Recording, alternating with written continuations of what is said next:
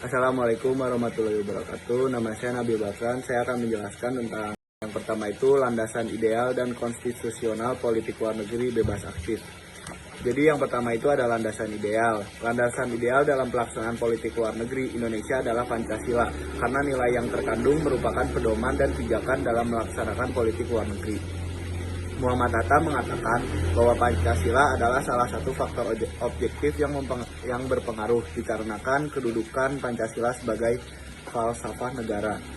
Lalu ada landasan konstitusional. Landasan konstitusional berkaitan dengan konstitusi negara Indonesia, yaitu dalam pembentukan UUD 1945 alinea pertama. Dengan kata lain, politik luar negeri Indonesia menentang segala bentuk penjajahan di Indonesia. Lalu yang kedua itu ada politik luar negeri bebas aktif dan pelaksanaannya. Diawali dari lahirnya politik luar negeri bebas aktif. Hal ini diawali dengan munculnya dua blok besar yang saling bersaing, yaitu blok Barat, Amerika, dan Timur, Uni Soviet. Muhammad Hatta menawarkan konsep politik luar negeri bebas aktif dalam pidatonya pada tanggal 2 September 1948. Menurut Muhammad Hatta, dalam melaksanakan politik luar negeri, maka negara Indonesia harus melaksanakan secara bebas dan aktif, yang dimana tidak memihak di antara kedua blok. Hal itu dilakukan untuk menjaga netralitas di kancah politik dengan tetap aktif menjaga perdamaian dunia.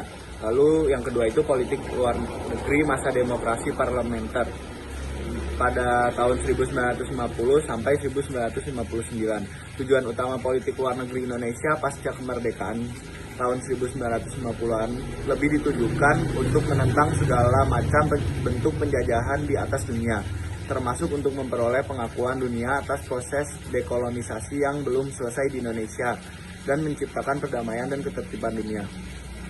Politik luar negeri masa Soekarno, demokrasi terpimpin.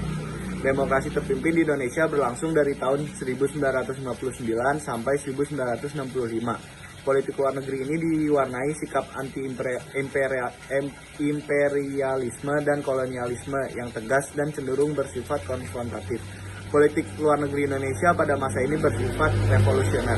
Politik luar negeri pada masa ini juga ditandai dengan usaha keras Soekarno untuk membentuk Indonesia semakin dikenal dunia. Dalam era ini Soekarno berusaha mengenalkan Indonesia ke dunia melalui slogan revolusi nasionalnya, yaitu Nasakom, yang merupakan singkatan dari nasionalis, agama, dan komunis. Nama saya Muhammad Rehan, saya akan melanjutkan dari Nabil Bakran Sudrajat. Politik luar negeri Indonesia masa Orde Baru. Pada pemerintahan Soeharto, Indonesia lebih memfokuskan pada pembangunan sektor ekonomi. Pembangunan ekonomi tidak dapat dilaksanakan secara baik tanpa adanya stabilitas politik keamanan dalam negara maupun di tingkat regional. Pemikiran inilah yang mendasari Presiden Soeharto mengambil beberapa langkah kebijakan politik luar negeri. Politik luar negeri Indonesia era reformasi. Pemerintah Habibie disibukkan dengan usaha memperbaiki citra Indonesia di kancah internasional yang sempat terpuruk sebagai dampak krisis ekonomi di akhir era Orde Baru. Dikarenakan adanya sedikit masalah hubungan RI dengan negara-negara Barat, Presiden Wahid memiliki cita-cita mengembalikan citra Indonesia di mata internasional. Untuk itu, beliau banyak melakukan kunjungan ke negara ke luar negeri. Pada masa pemerintahan Megawati, terjadi serangkaian ledakan bom di tanah air sehingga dapat dipahami jika isu terorisme menjadi perhatian serius. Masa Presiden SBY berhasil mengubah citra Indonesia dan menarik investasi asing dengan menjalin berbagai kerjasama dengan banyak negara pada masa pemerintahannya, antara lain dengan Jepang. Peran Indonesia dalam upaya menciptakan perdamaian dunia. 1. Melaksanakan Konferensi Asia Afrika 1955 atas undangan Perdana Menteri Indonesia.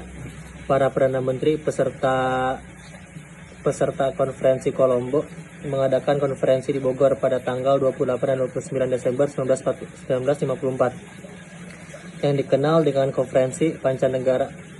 Konferensi ini membicarakan persiapan pelaksanaan KAA. Bogor merumuskan kesepakatan KAA diadakan atas penyelenggaraan tersebut menjadi negara sponsornya. Gerakan non-blok GNB atau Non-Aligned Movement NAM adalah suatu negara yang dipelopori oleh negara-negara dunia ketiga yang beranggotakan lebih dari 100 negara. mayoritas negara-negara anggota GNB adalah negara yang baru memperoleh kemerdekaan setelah berakhirnya Perang Dunia II dan secara geografis berada di benua Asia, Afrika, dan Amerika Latin. Saya akan melanjutkan dari penjelasannya Muhammad Raihan. Ketiga, misi pemeliharaan perdamaian Garuda. Pengiriman misi Garuda yang pertama kali dilakukan pada bulan Januari 1957. Pengiriman misi Garuda di latar belakangnya adanya konflik di Timur Tengah terkait masalah nasionalisasi terusan Suez yang dilakukan oleh Presiden Mesir Gamal Abdul Nasser pada 26 Juli 1956. Sebagai akibatnya, pertikaian menjadi meluas dan melibatkan negara-negara di luar kawasan tersebut yang berkepentingan dalam masalah Suez. Keempat, ASEAN. Pada tanggal 5-8 Agustus di Bangkok dilangsungkan pertemuan antara Menteri Luar Negeri dan dari 5 negara, yakni Adam Malik Indonesia, Tun Abdul Rozak Malaysia, Singapura, Narsis Ramos Filipina, dan tuan rumah Tanat Koman Thailand. Pada 8 Agustus 1967, para menteri luar negeri tersebut menandatangani suatu deklarasi yang dikenal sebagai Bangkok Declaration. Kelima, Organisasi Konferensi Islam.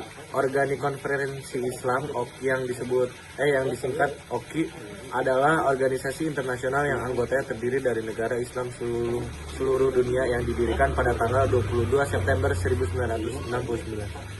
Latar belakang didirikannya organisasi dipicu oleh peristiwa pembakaran Masjid Al-Aqsa yang terletak di kota Al-Quds, Yerusalem pada tanggal 21 Agustus 1969. Keenam, Deklarasi Juanda. Deklarasi Juanda adalah suatu perjuangan bangsa Indonesia untuk memperjuangkan batas wilayah laut. Manfaat dari deklarasi Juanda ini berlanjut kepada bertambah besarnya perairan di Indonesia.